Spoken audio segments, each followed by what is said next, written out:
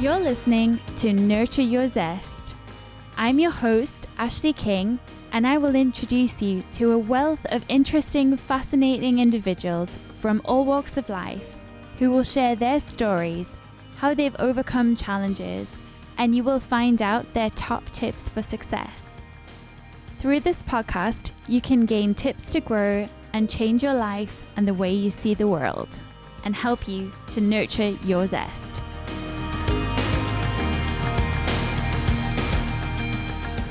Hello, and I am Ashleigh King, and you are watching or listening to Nurture Your Zest.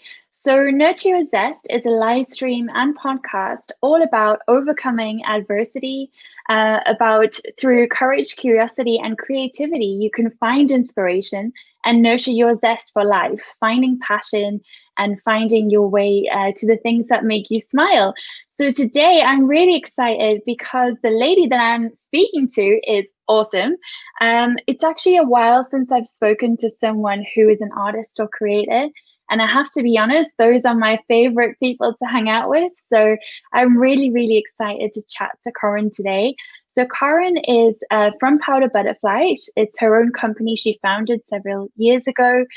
She's really gone from strength to strength, from first doing her photography degree at Northumbria and then her master's at Sunderland University. She has created her own company, Powder Butterfly, created several collections of different cities and spaces, and she does bespoke gifts as well.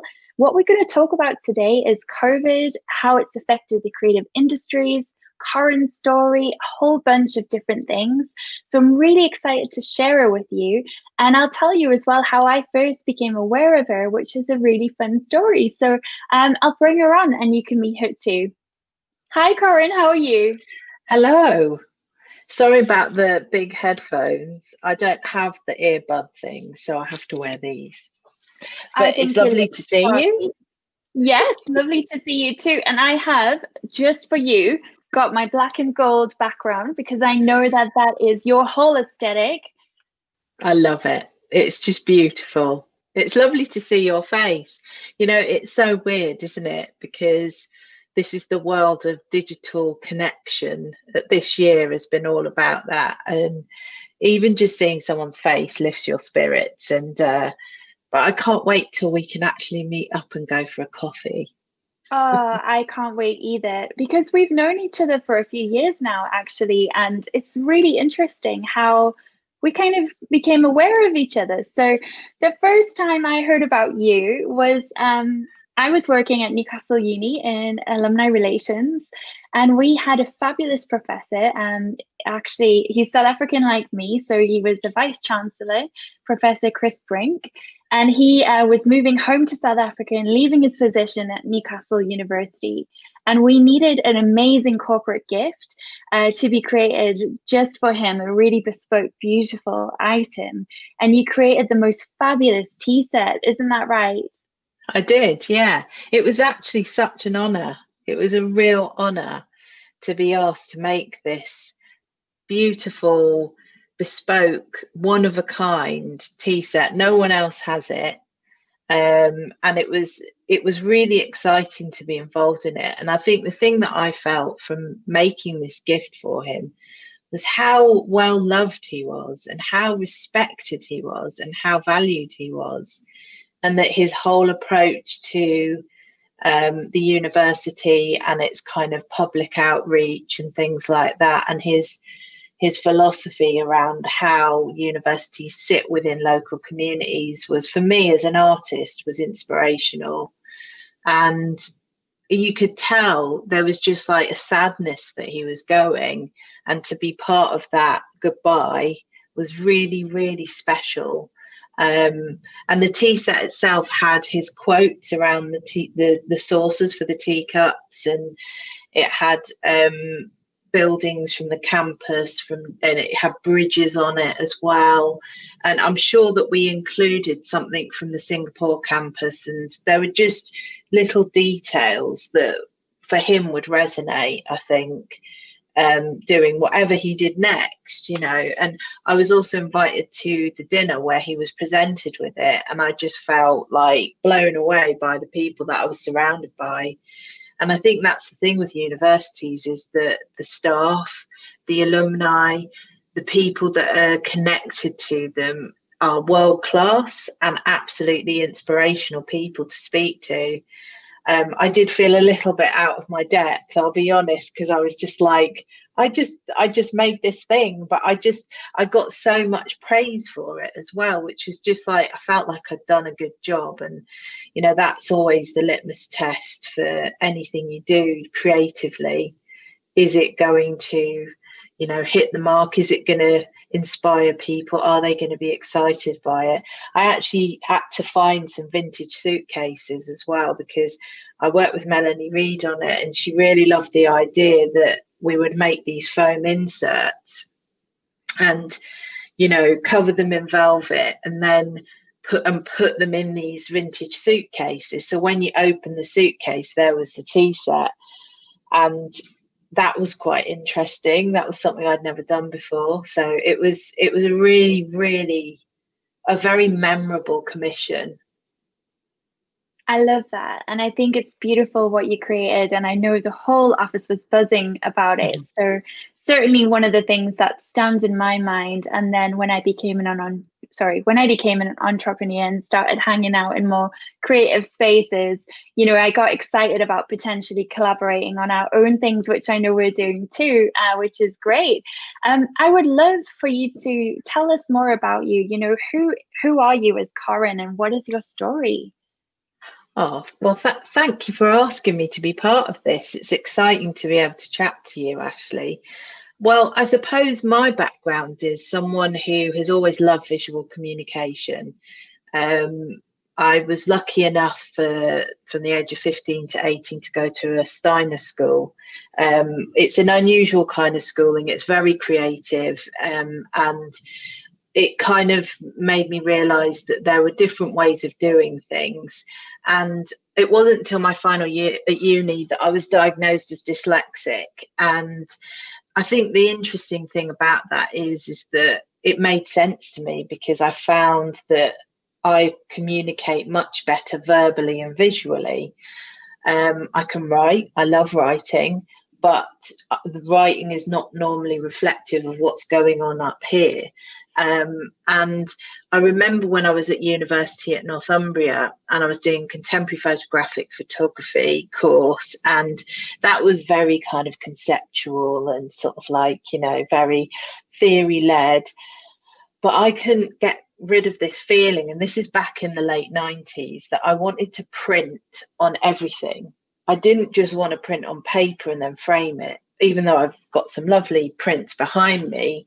I always thought of objects as blank canvases, and that actually, what could you do if you could print on anything? Fabric, you know, china, metal. What could you do?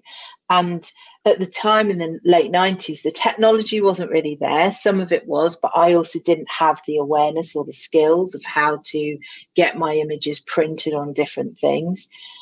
So I did start hand printing and working as an artist, and worked in community arts, did a lot of kind of educational arts and things like that. But snap forward to 2012, I sort of thought, right, what do I want to do? I've been in the Northeast since 1998. What do I want to do? You know, I'm what they call graduate retention, because I've stayed here.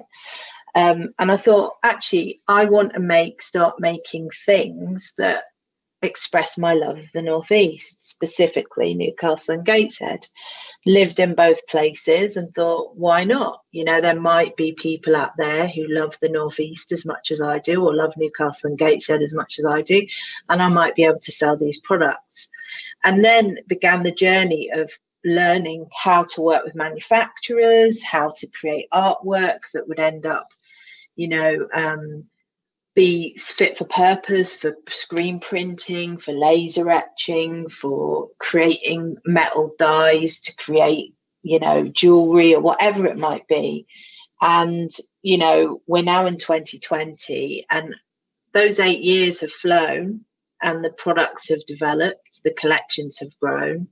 We've now got 6 collections, and you know, I'm happy to say that my products end up all over the world, and that is just so exciting, you know, that they are loved by people internationally. And you know, it's no easy thing trying to work with multiple suppliers who produce your product. I mean, it's very different to a hand making business. You know, when you hand make everything, the labor is intensive. There's only one of you. So I do get the benefit of being able to send a design off and a manufacturer making it for me. But the whole process of managing that manufacturer, getting the quality right, getting the design right, you know, quality control, making sure that your artwork is fit for purpose, and also making those big commercial decisions. That's the challenge that you face if you're not hand making yourself. And you still have to do all of the admin and the social media, and, you know, come up with the creative ideas. And, you know, it can be quite challenging, you know, as a small business owner, doing so many different things. So that's me in a nutshell, really.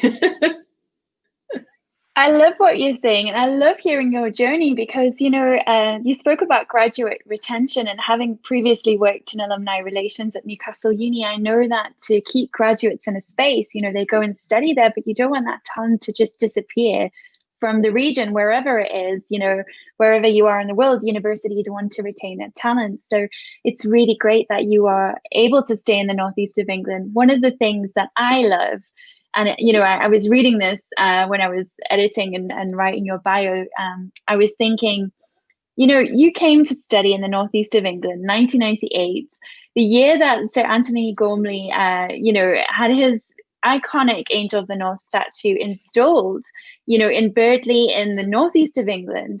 And that is such a stunning piece, and it really is a landmark for the UK, for anyone to see. But, you know, I've actually worked with some incredible students who can't wait to get their picture there. They've had their wedding pictures there, you know, all kinds of things. And it's been a piece of the art that you've created also. So I just find that fascinating how sometimes I always talk about the universe, but things fall into place, you know, in the most unusual, unexpected ways. And I just think that link with you coming to the Northeast at that time is really special, given your brand. Oh, yeah, I think that's one of the things that struck me, is that the very first image I produced was very similar to that one there, the Newcastle one with the flying angels. I put it on a tea towel, and I actually designed it in my head.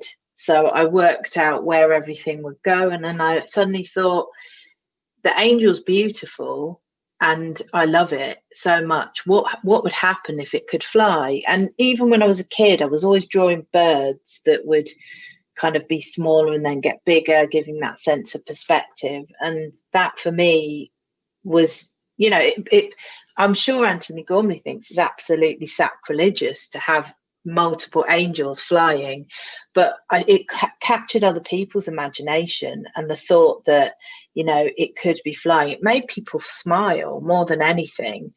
And my love of that sculpture does go back to the time when I fell in love with the Northeast. So it's a symbol for me of a kind of a home that I found in my sort of early 20s, and it becomes quite there's an emotional connection to that particular landmark. And what I realised, especially with the Northeast collection, is that emotional connection that people have to this area translates through the products. And when you produce a product that emotionally connects, then it becomes something that transcends, you know, the everyday product that you might pick up in a supermarket, you know, that is functional.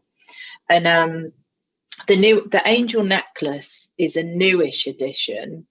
That one has, I can probably get a different version for you to look at, but that one kind of marries my artwork and my design. So you can see there's a map etched on there, and that map relates to the colliery map that relates to where the angel stands. So this bit here, this little dip, is where the team's colliery is.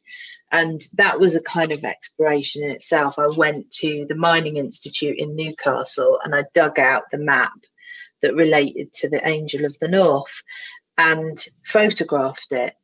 So for me, that particular product, it has another layer of meaning, which is the history of that site.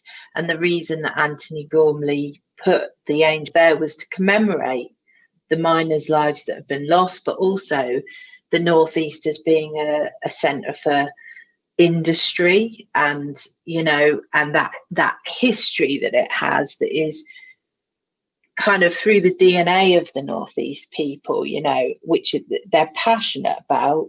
For me, it was kind of interesting because as an outsider looking in, it's interesting to hear how people feel about the place they live and the memories that they have. And I've been lucky enough to do photography sort of workshops with shipbuilders and people from the local area that have got fantastic stories to tell. So that angel necklace really is a symbol of that history, but also Antony Gormley's intention, which I think is absolutely successful in the attempt to sort of pay tribute. And I absolutely love his work as well. So I wanted to do something that was a tribute to him and the Northeast through this necklace and through the other products. And I wanted to give people of the Northeast something that they could send to loved ones that they'd be really proud of. And it is really something to be proud of. I mean, I love that necklace. It's absolutely stunning. I love all of your products, to be honest. And thank you. One thing I want to say, which I think is really important. So, your products are high end. And one of the things that I think really matters with that is there are so many jewelry producers out there, manufacturing companies that are sometimes making very cheap quality items. What I love about your stuff is that, you spoke there about the maps. So the maps on that necklace, you've actually gone into the gorgeous Mining Institute. By the way, side note, if you've never been, you must when it's safe to go. The Mining Institute is one of the most impactful buildings, I think, in the northeast of England. It's stunning.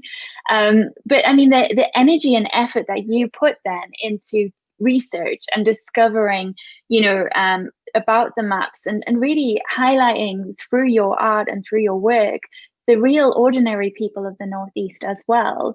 I think that is really special because it's looking at that heritage, blurring that with the creative work that you're doing.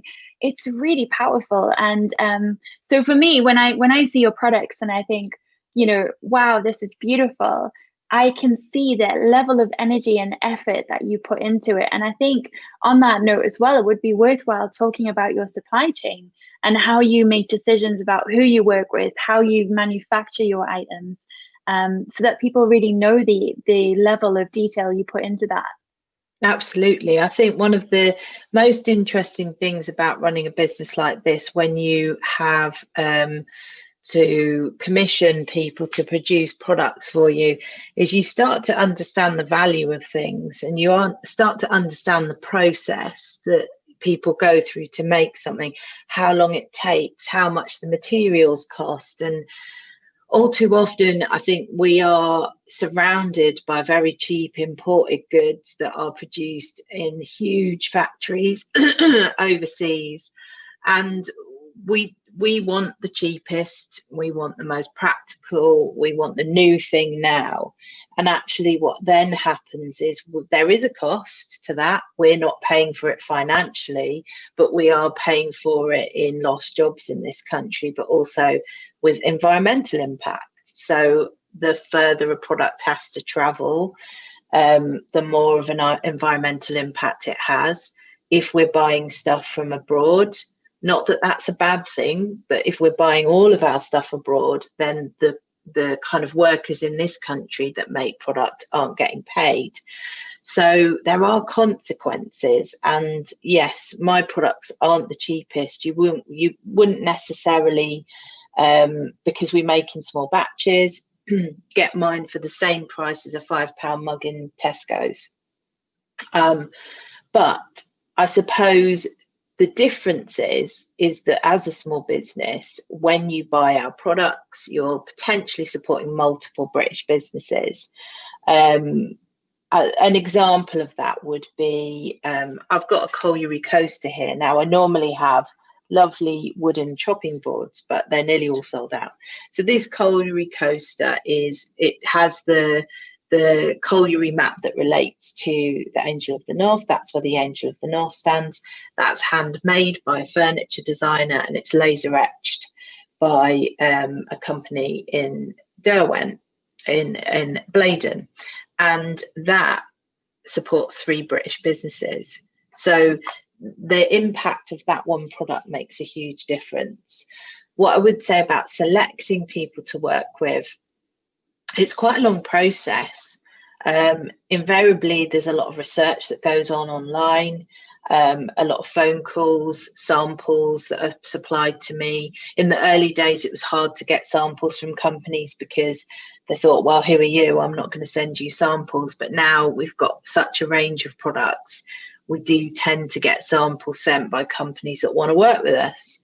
And looking at the samples, looking at the processes, different things they can do, then there's more conversations about how they need artwork supplied, lead times, costs, working out exactly how much it's going to cost and how much money we can make from it if we resell it. So all of those things have to come into consideration before you even start working with a supplier.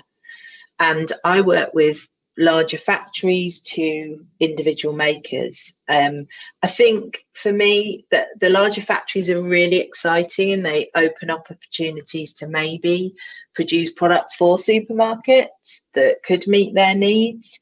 But the individual makers are the most exciting on a creative level, because that is a true collaboration.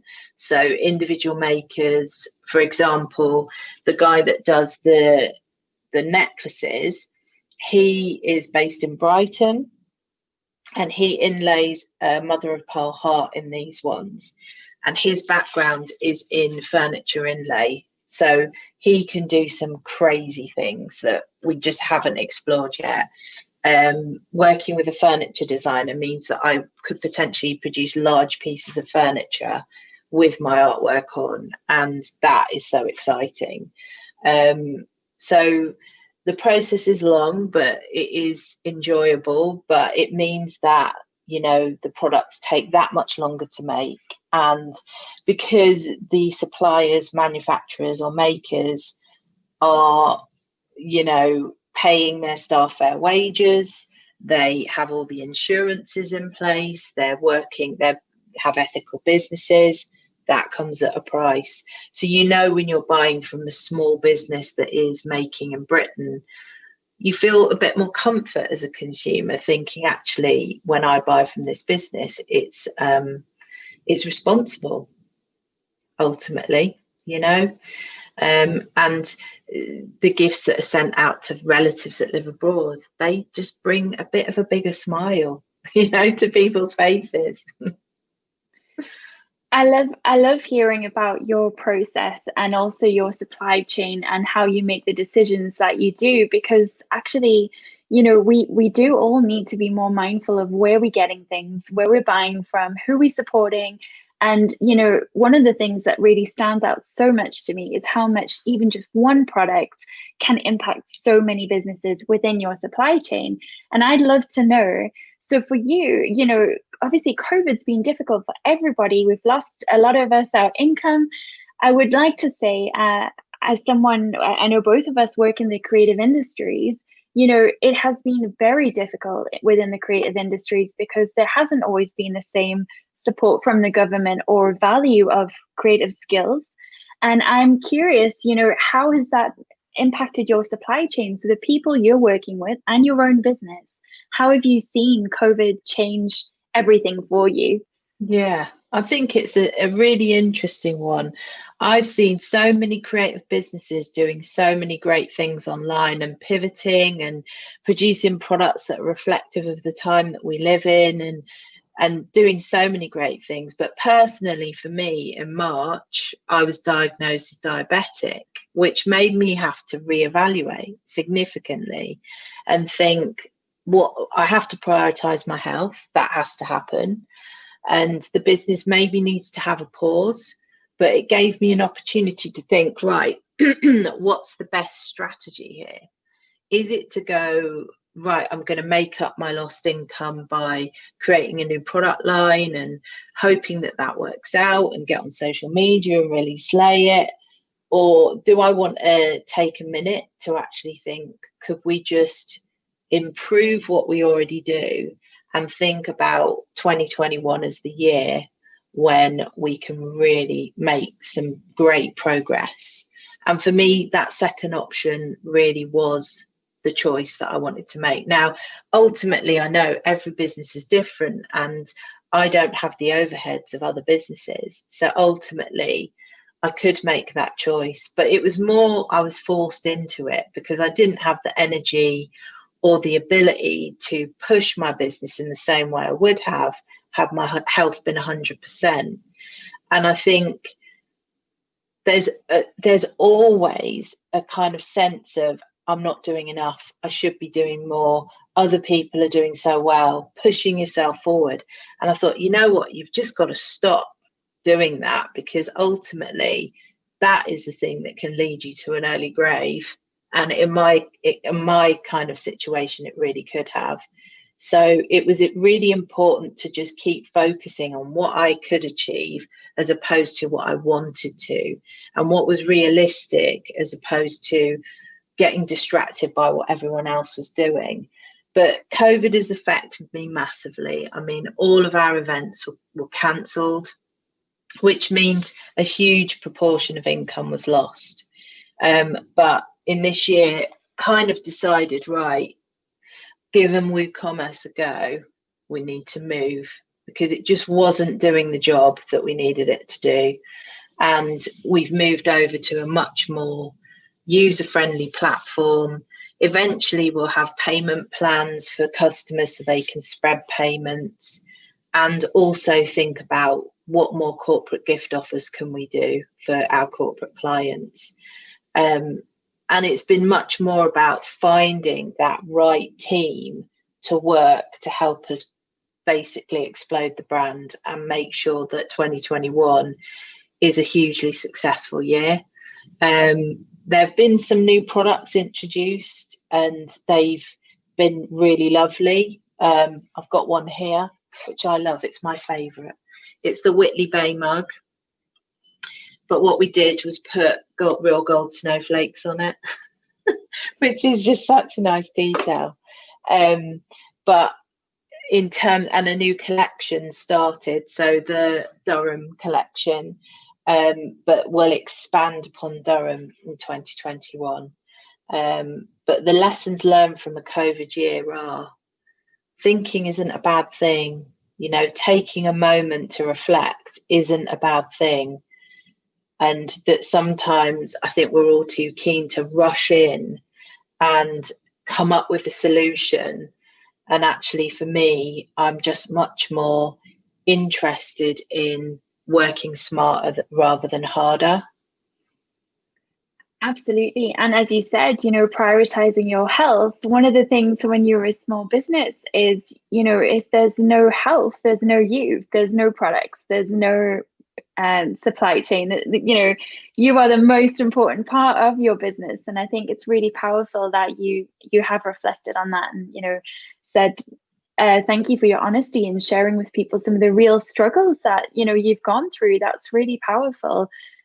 Also, I think time to think is so powerful. I know I've also experienced this struggle with comparisonitis, I guess it's called, where we do look at other people. We look at what they're doing on Instagram or LinkedIn or in their stories, and it's very easy for us to lose our voice and what we want to say and share with the world, because we don't feel good enough. And I think that's something that's why I love hanging out with entrepreneurs and like-minded creatives. And I know I love hanging out with you, for instance, and other people, because it's so much better when you can share those struggles, but also cheer each other on, with the good stuff.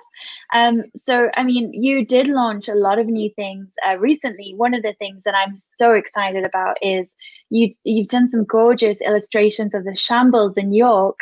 And for anyone who hasn't been to York, there are some very old historic streets. I'll let Corinne explain them better than I can, but they are so gorgeous. The houses all topple over. And some of those illustrations are my absolute favorite. I can't wait to see what else you do with the York items. Yeah, York is an amazing place to visit, and I think the shambles. I tend to reshare on Instagram photographers' work where they photograph the shambles, because the shambles has just got it's very old England, sort of magical, quirky sort of space, and it's kind of that place where people go and visit that are from this country, but also you get tourists going there because it is just a bit of a wonder of the world, because it is. The buildings are kind of all higgledy-piggledy and sort of like they feel like they might fall in, but they're not going to. They're just beautiful. And just wandering around York, it's one of the most magical places to go and visit. And I love like that particular part of York. And York Minster as well is just amazing. It's so beautiful. But we've got a question. Shall I answer that, Ashleigh? Yes, that would be great. And can you read it out for the people listening on the podcast? Yeah, so such an unusual name here. Sukhee Munkhchulun. I love your name. Very interesting conversation. What was your first product? So my first product would have been the Newcastle tea towel, which I mentioned. I don't think I've got one handy to show you, but it's very similar to that print there, where you've got the Baltic, the Tyne Bridge, the Sage, Millennium Bridge, and then you've got the Flying Angels. And I created that. Well, that would have been back in 2012, and it was just something, like I said, I designed in my head and came up with the concept and tried it out, and people loved it so much. That was it. It was kind of like the Newcastle collection was born, and so was Powder Butterfly. I have a key ring that's got exactly the same, and it's in one of these little frames. I don't know if you can see that, but yeah. So that wow. key ring is produced by a company in Birmingham, and they're in the jewellery quarter of Britain. So the level of detail that they can get into sort of products is amazing. They're fantastic. Excellent. Well, thank you. Thanks for answering that question, and thank you to Sukhee for asking it. So, Sukhee, I'm surprised you haven't met Sukhee yet, because we're all moving very similar circles in the entrepreneurial space in the Northeast. And she has her own live show called the I'm Possible Conversation. So I'm sure that after this, I'll link you up, and it will be great for you to get to know each other. Yeah, that would be fantastic. Awesome. So I love that, because that's like impossible, but I'm possible. Yes, I love that. That's exactly. So cool. And she's a real advocate of power, the power of you, the power of now, growth mindset, and how you can really do anything. And I think it's so nice to hang out with people like that, because you really start to believe you can do anything. We've got another question from Sukhee. So thanks for your engagement. Where has the name Powder Butterfly come from?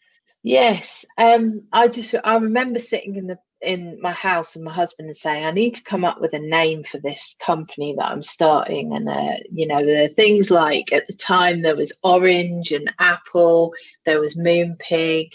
I don't think funkypigeon.com existed, but I was thinking of all these names. I was thinking, I need something that people remember, and I don't want it to be something boring, and I don't really want my name in the title. And I thought about, I don't know, I was thinking about when I was a kid, And my mum told me that when butterflies have powder on their wings, it's actually scales, and that if you touch them, it damages it and they can't fly anymore. So that's where the powder part came from. And butterfly was linked to that. But I subsequently found out that butterflies can fly up to thousands of miles. And that for me was symbolic of these products that I thought had the potential to go all over the world. So that's why the butterfly became a symbol. But in many ways, I suppose it's a symbol of a change for me, going from an artist to a designer, and finding my wings in some ways, and sort of branching out and having that sense of adventure. And, you know, I don't know, the butterfly symbolizes so many things for me that are beautiful. So that's kind of where the name came from. I think that's a beautiful metaphorical example of, you know, such a powerful journey, and you really have been on one since 2012 or even 1998, when you came to the northeast of England and you did not know the journey you would have, and the people you would inspire and, you know, really help support to actually start their own businesses. I know you work with a lot of creatives yourself. We've collaborated on some things to think about some products, and, you know, I know you actually are now not just creating products, but you are more of a thought leader. You're supporting other creatives to, you know, take risks and find the things that will really have an impact. And I think that's really powerful to have that place in your industry, and I really respect that about you. So thank you. Yeah, I mean, I had a really interesting meeting the other day, because it started over lockdown, decided to start a community interest company called Creative Heritage Studios. And that came out of my need to do something that has a social impact, because I'd always done educational work. I've worked for the Millin charity briefly and produced collections for them, a brand and a retail brand, and produce some corporate gifts for them and things like that. But I realized I wanted to kind of make it more official. So Creative Heritage Studios is about continuing that social impact, but perhaps widening it a bit for other creatives as well. So the plan for it is to really continue to provide art as a vehicle to either help cultural organisations make a more sustainable income, but also understanding the commercial value in art without kind of making it into something that it has lost its soul. But you can use your skills as an artist in a commercial way to create products of meaning and products of substance. There are lots of products out there that are mass produced and not carefully thought through, don't have an art background. So why not get artists to start thinking about making products that have meaning, have some substance, have some layer, have some creativity to them? That I think that makes the world a better place, and it gives consumers an opportunity to buy into something, because not a lot of people can afford an original painting or something that's taken years for an artist to make, but they could afford to buy other products that are carefully made and inspired by that artist's work. So I think exciting times are ahead for creatives, and hopefully for Creative Heritage Studios as well. I hope so, and I can't wait to see what you get up to. And I love your passion for the northeast of England. I'm mindful of the time, and both of our stomachs rumbling because it's lunchtime in the UK. So I just want to ask just a couple more questions. So firstly, you know, you've spoken about some great things that you've learned about yourself this year. What would you say you do as an activity to kind of ground yourself or get back to your creative space? You know, is there anything you do that helps you to find your flow again if you're struggling, or any tips you have for anyone struggling to tap into their creativity?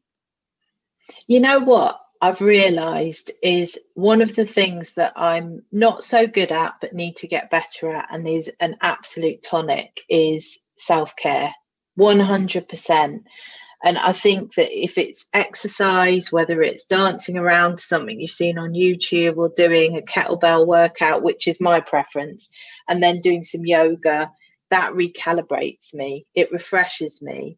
And I think sometimes we work so closely on things, it's actually very hard to problem solve and come up with solutions. So taking that time and allowing yourself some time to go for a walk, meet with a friend, or get a massage, or get your hair done, whatever it is that makes you feel better, you must do it, as long as it's not harming anyone else. You know, it's all about self-care, and having that balance is so essential if you want to be creative. I feel like I'm switched on a lot of the time, and switching off is an essential component to being creative. You have to be able to switch off. So the other method I use is meditation. I meditate before bed every night. It gets me off to sleep, into a deeper sleep, and it allows me to just completely switch off from the day. And that was one thing over lockdown I started to try and do, was more meditation through the day. And I think once you build those things into your daily routine, it just becomes a lot easier to keep doing them. So I would say self-care has to be a top priority for you if you want to be creative. Awesome. Thank you so much. That's a great tip, and one that all of us can learn from for sure. One other thing I'd like to know is, I know that you're online pretty much everywhere. One of the best places that I love to go is Pinterest, because I think what you've done with Pinterest is amazing. And I would like to know, so you can tell us where you like to hang out, but also, do you have anything interesting that viewers or listeners can go and look at? Do you have any kind of special offers or giveaways on at the moment that you'd like to share? Yeah, we've got an exciting giveaway coming up. And I've been doing more. That's one of the things that lockdown has given me, and this year has given me, is an opportunity to collaborate. So I'd love to tell you a little bit about some of the corporate stuff I've done, but there is a giveaway that's coming up. So there's an amazing bakery in Corbridge called Grant's. People travel far and wide to get the cakes from that place. And we've got a giveaway coming up where they're giving away an afternoon tea, which will be delivered to your home. So you don't even have to leave home. And along with that, one of my Flying Angel teapots and 2 Flying Angel mugs. So long after the afternoon tea is gone, you will have your fine bone china tea set, which you can use post coronavirus when you invite friends over, and you can enjoy a cup of tea with them.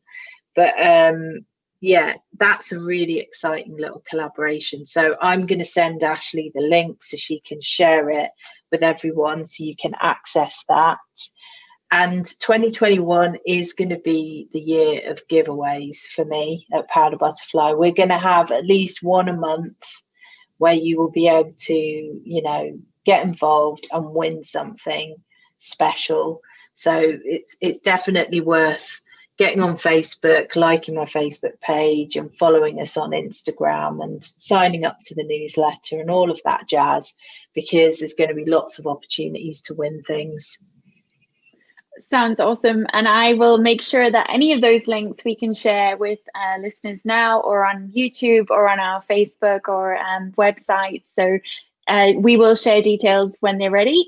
I think it would be great, to kind of end now. If there's anything else you want to say and share about what you do or how people can catch you, but there is one last question that I'll have to ask you. So I'll see if there's anything else you want to say first. Yeah, I wanted to talk about a company I'd worked with this year. They're called Laneburg Winery, and they're a winery, believe it or not, on the Team Valley in Gateshead. I had no idea that they were there. I actually met them through a contact through Newcastle Startup Week. Chris Jewett, who represents a lot of food and drink businesses in the Northeast, and they wanted some wine boxes produced. So that is another thing that I produced this year. And we're partnering to do a corporate gift offer. So if you wanted a wine box with their award-winning wine in it, that's something that can be done and you can give to clients. I think collaboration is key, and finding those small businesses in your local area that align with your brand and doing great things, working together is so powerful. So that would be another top tip for any small business owners out there. Find those businesses that you can collaborate with. Perfect. Thank you so much. Some great tips, and also lovely to hear about the wine boxes. I think that is such a standout gift actually to give to someone, because it's really something people can keep. But at the same time, for a business, it gives such a gorgeous impression, that the time is being taken to etch things, their name or brand into the box. So I love that. Thank you. So the last question I have for you, which is my favorite one, is what is your number one word to nurture your zest? My number one word, rest. I love that you said that, and I'll let you explain why, but I just smiled because we've started to get, because we've done so many episodes now, we're actually starting to get twins, and it's amazing. So the amazing Kay Grayson, who's a rapper in the northeast of England, who I love, her rhyme when she came on the show was, "To nurture my zest, I rest." And I love that you've said rest too. Awesome. Yeah, rest is so important. I think it was definitely John Cleese that talked about how we have lost the ability to think. Actually sitting and thinking. We're all so busy being productive and trying to output, constant output. But what are we putting inside? And if you don't take a moment to rest, reflect and think, there's nothing really of substance that's going to come out of your activity. And all too often, I think, we put rest at the very bottom of our list of priorities. And if we don't rest, if that's learning to sleep, sit still, put your feet up, spend time with your kids, family, parents, whatever that is, if we don't prioritize that, I think that we lose something quite essential. We lose something about living, and we're just living to work rather than working to live. And for me, I don't know, that is at the key component of how you nurture your zest, is to rest. I love that. It's beautiful. And I've so enjoyed chatting to you. And I really have loved having you on the show today. Thank you so much for joining us, Corinne. You're welcome. It's been an absolute pleasure. Thank you. Thanks so much, everyone, for watching Nurture Your Zest today. I hope you enjoyed listening to the amazing Corinne Lewis-Ward. She is one of my favourite creatives in the northeast of England, and just an incredible artist. The attention to detail that she has in the work she does is really lovely. I have to say, she's working on a beautiful commission for me at the moment, a gorgeous lion for myself and Nicola Jane Little for our Chaos, Courage and Creativity show. So I can't wait to share that with you when it's ready. But I do want to say, just the experience of having something produced and going through the research and the fun part of seeing it grow and develop is just so fun. So hopefully, if you do need an artist, you know someone now to go to.